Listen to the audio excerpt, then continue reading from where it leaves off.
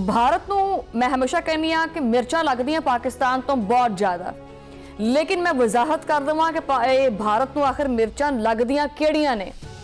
ਤੁਹਾਨੂੰ पता है एक लाल रंग की निक्के साइज की मिर्च होंदी है जिन्हों दड़ा मिर्च कहते हैं। उस दड़ा मिर्च ਨੂੰ अगर कूंडी च पा के रगड़िए और इस गर्मी दे विच उहदा इस्तेमाल करिए तो शदीद चीकां निकलदियां ने। वो मिर्चां लगदियां ने भारत ਨੂੰ। आए रोज पाकिस्तान के खिलाफ गल करनी, पाकिस्तान जिहड़ा सफारती महाज ते स्ट्रांग हुंदा पिया, ये हजम नहीं हुंदा पिया। भारत अंदरों जिहड़ा ना वो सड़दा पिया और उस नाकामी का बोझ जिहड़ा ना वो पाकिस्तान पाकिस्तान पाकिस्तान करके उहनूं पानी फिरन की कोशिश करता है। आए रोज पाकिस्तान के खिलाफ बयानात देने वाले इस जिहड़ा मोदी हैगा इहनूं आईना दिखाउणा है कि ये किदां दुनिया दे विच जलीलो ख्वार हुंदा पिया। वैसे कहता है कि जी पाकिस्तान दे विच ना जमहूरीयत नहीं हैगी, बस एक टोला मखतस होया होया है। तुहाडे ते भी उही टोला मखतस होया होया है। वैसे ये जिहड़ा भारत नाम निहाद जमहूरीयत का जिहड़ा एक बुरका पा के बैठा है ना, ये बुरका हुण फट चुकिया है ते थल्ले कुछ भी नहीं पाया सी, इहने बेनकाब हो चुकिया है। हुण ना सिर्फ दुनिया दे विच बल्कि भारत दे अंदर भी आवाज़ां उठदियां पईयां ने कि भी तू छित्तर तां नहीं खाणे साडे कोलों। मोदी सरकार भारतीय रियासत हमेशा आप जिक्र करते हैं मणिपुर का, मणिपुर दे विच तां अखीर ही हो गई है, जुल्म की इंतहा हो गई है। बेगुनाह आवाम नूं निशाना बनाया जा रहा है।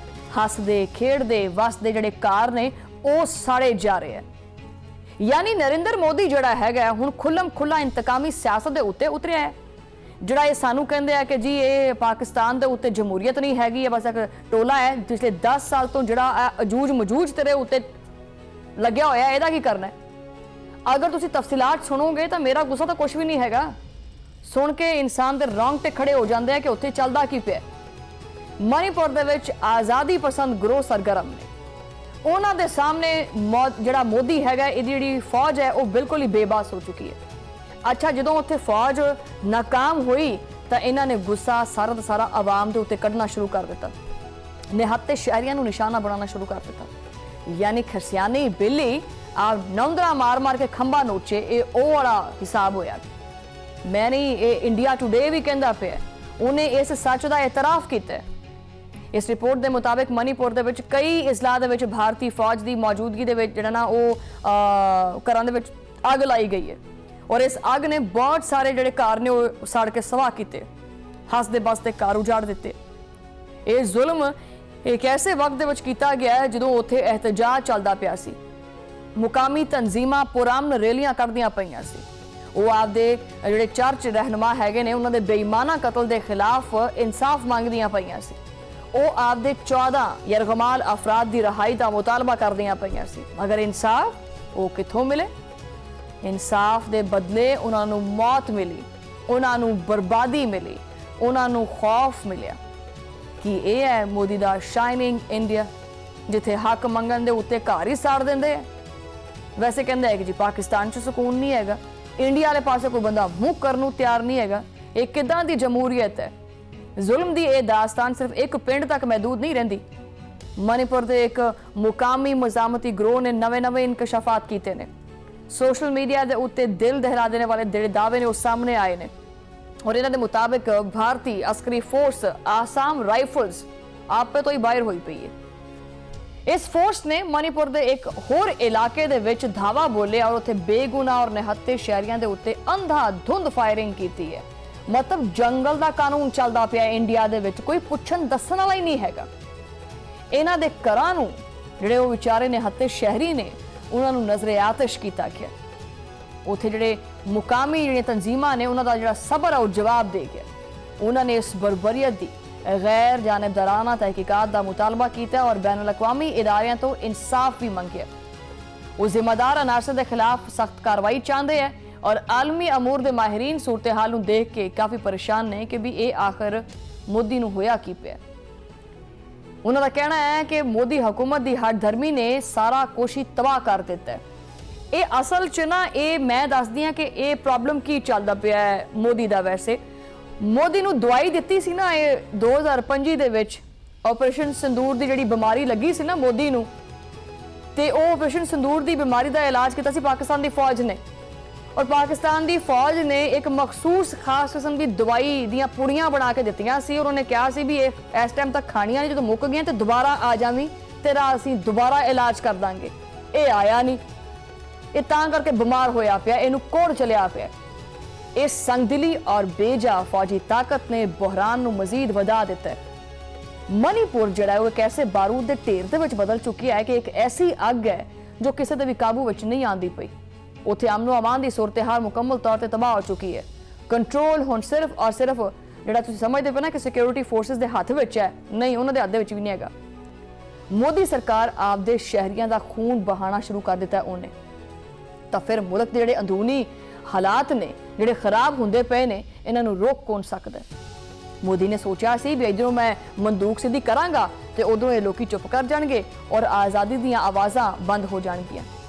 मगर तारीख ने बिल्कुल जिहड़ा है ना वो इन्हां नूं उल्टा सबक सिखाया। वो भुल गया कि आवाज़ जिहड़ा है ना वो जिन्ना तुसीं दबाउण दी कोशिश करदे आ आवाज़ नूं वो उन्नी उच्ची हुंदी है। जिस अग नूं तुसीं जिहड़ी ये आज़ादी दी अग है जिन्हों तुसीं बुझाउण दी कोशिश करदे हो मजीद तेज़ हुंदी है। तुसीं आ खालिस्तान की तहरीक देख लो, 1984 तो लैके हुण तक की नहीं होया। अज खालिस्तान की तहरीक पूरी दुनिया के गज वज के जारी है। बहरहाल मोदी सरकार के जिहड़े तहत ने पूरे भारत जिहड़ा हाल है वो देखो तो उत्थे जिहड़े हिंदू पसंद ने वो इंतहाई अरूज ते ने। वो समझदे कि सिर्फ और सिर्फ इत्थे हिंदू मजहब ही चल सकदा। अकलीतां खास करके जिहड़े मुसलमान ने उन्हां दे खिलाफ तां अखीरी होई पई है। ऐसे ऐसे होशरबा और लर्जा खेज इंकशाफात सामने आए हैं जिन्होंने सुन के इंसानियत भी शर्मिंदा हो जाती है। इंडिया प्रोसिक्यूशन ट्रैकर ने एक बहुत वड्डी रिपोर्ट जारी की है। उन्होंने मजहबी बुनियादों के उत्ते होने वाले जिहड़े भी जराइम ने उन्हों का सारा जिहड़ा चटा कटा वो खोलिया। हिंदू इंतहा पसंद जिहड़े हैगे ने उन्हों का जिहड़ा हौलनाक चेहरा है वो सारे नूं दस्सिया है।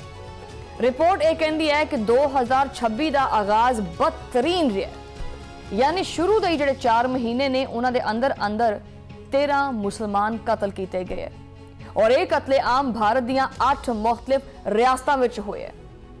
फिर उठ के जड़ियाँ ये गल्लां करते हैं ना कि चीन के अंदर मुसलमानों के साथ ये हो रहा है, फलाने के साथ ये हो रहा है, तुसीं वो गल तां बाद च करियो ना, पहले इंडिया दे विच जवाब दो की हुंदा पिया। साउथ एशिया जस्टिस कैंपेन दे ट्रैकर ने असल हकीकत भी दसी है कि एक कतलेआम सिर्फ और सिर्फ जनूनी हुजूम यानी मॉब लिंचिंग तक महदूद नहीं है।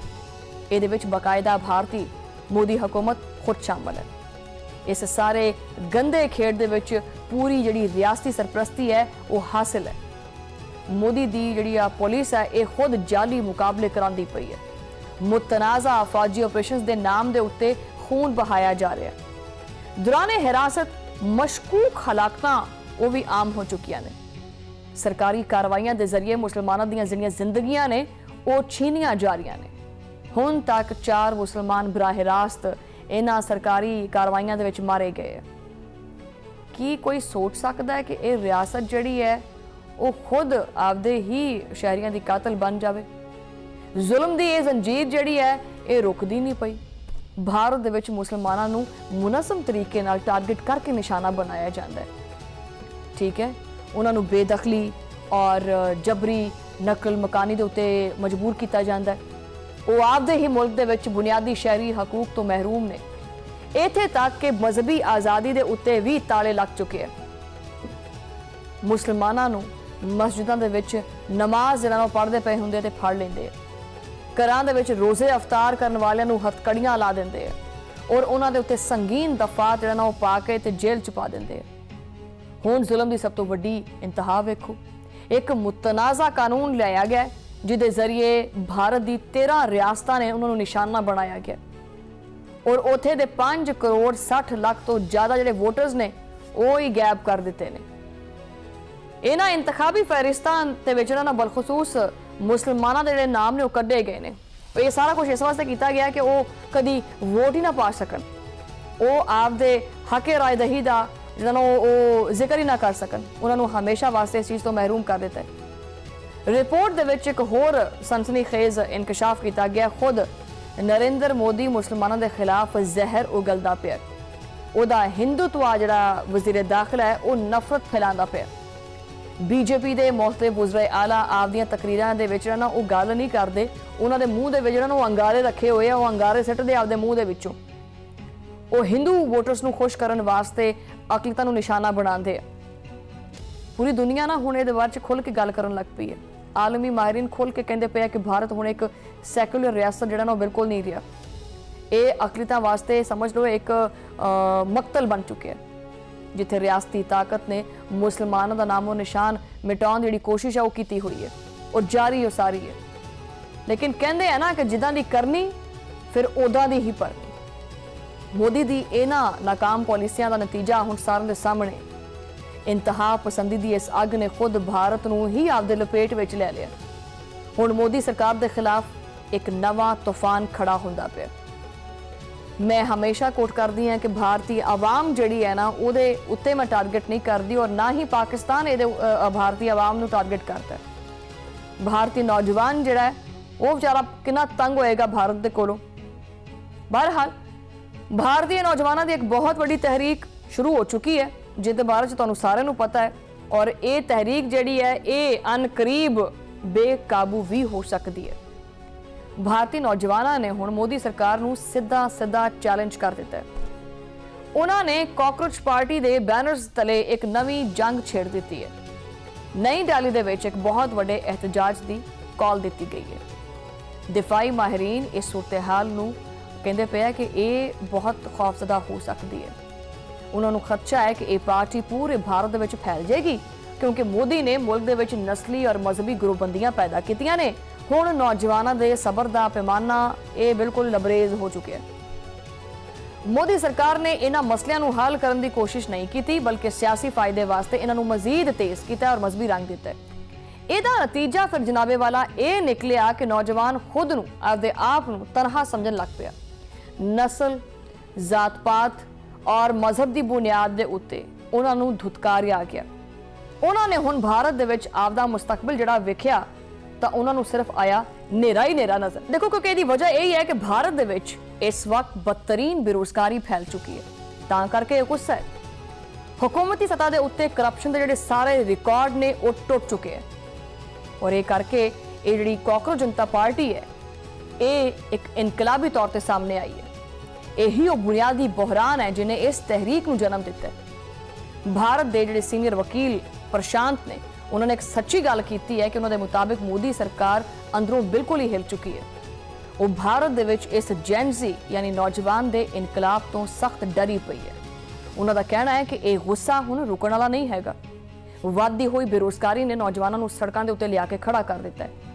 ਇਹ ਤਬਾਹਾਲ ਨਿਜ਼ਾਮ ਦੇ ਖਿਲਾਫ ਇਹਨਾਂ ਦਾ ਇੱਕ ਫਿਤਰੀ ਰੱਦ-ਏ-ਅਮਲ ਹੈ, ਔਰ ਭਾਰਤ ਦੀ ਮੁਆਸ਼ੀ ਸੂਰਤ-ਏ-ਹਾਲ ਦਿਨ ਬ ਦਿਨ ਡਿੱਗਦੀ ਜਾ ਰਹੀ ਹੈ। ਆਲਮੀ ਸਤ੍ਹਾ ਦੇ ਉੱਤੇ ਮੁਲਕ ਦੀ ਸਾਖ ਬੁਰੀ ਤਰ੍ਹਾਂ ਦਾਗਦਾਰ ਹੁੰਦੀ ਪਈ ਹੈ। ਮੋਦੀ ਸਰਕਾਰ ਦੀਆਂ ਇੰਤਹਾ ਪਸੰਦਾਨਾ ਪਾਲਿਸੀਆਂ ਖੁਦ ਇਹਦੇ ਗੱਲ ਦਾ ਫੰਦਾ ਬਣਦੀਆਂ ਪਈਆਂ ਨੇ।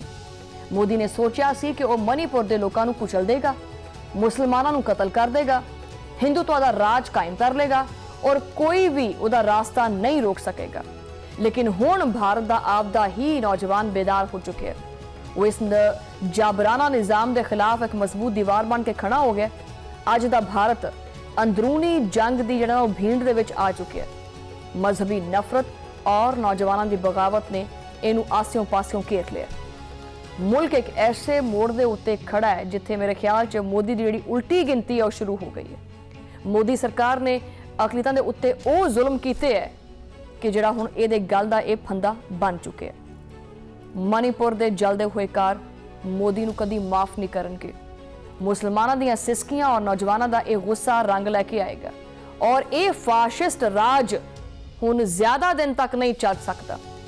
ਹੁਣ ਵਕਤ ਆ ਗਿਆ ਕਿ ਇਸ ਇੰਤਹਾ ਪਸੰਦਾਨਾ ਸਿਆਸਤ ਨੂੰ ਲਗਾਮ ਪਾਈ ਜਾਵੇ, ਵਰਨਾ ਇਹ ਜੈਨਜ਼ੀ ਇਨਕਲਾਬ ਪੂਰੇ ਭਾਰਤ ਦੇ ਤਕੱਬਰ ਨੂੰ ਖਾਕ 'ਚ ਮਿਲਾ ਦੇਗਾ। ਇਹ ਤਾਰੀਖ ਮੋਦੀ ਦਾ ਨਾਮ ਇੱਕ ਜ਼ਾਲਿਮ ਹੁਕਮਰਾਨ ਦੇ ਤੌਰ ਦੇ ਉੱਤੇ ਯਾਦ ਰੱਖੇਗੀ। ਇਹ ਲਿਖ ਕੇ ਰੱਖ ਲਓ ਆਪਣੇ ਕੋਲੇ।